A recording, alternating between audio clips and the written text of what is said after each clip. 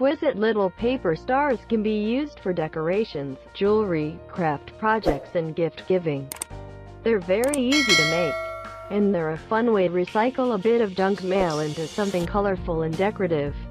If you want to make your own lucky paper stars, see Step 1 to get started. Step: How to make lucky paper stars. 1. Cut a long, narrow strip of paper about 1 cm, 0.4 in, wide and as long as whatever page you are cutting. 2. Tie a simple knot, of the same kind that you would use to tie your shoes, at one end.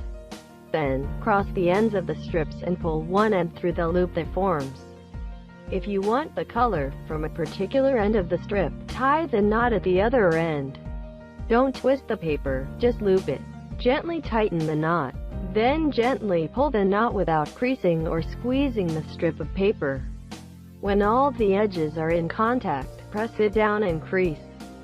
You should have a pentagon with a long end and a short end sticking out. 3. Fold the short end over, following the edges of the pentagon, so that it does not stick out. If there is a little more than a pentagon width, you can tear it off or fold it under and tuck it in.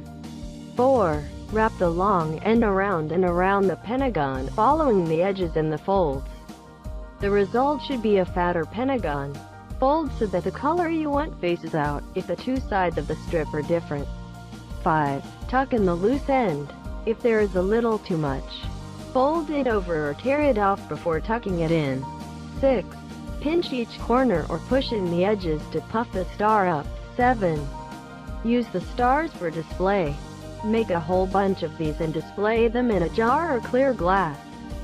Display them mixed with confetti or tinsel as part of the party decorations on a table.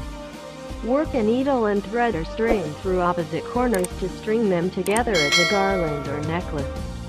You could combine them with paper beads or other elements on the same string.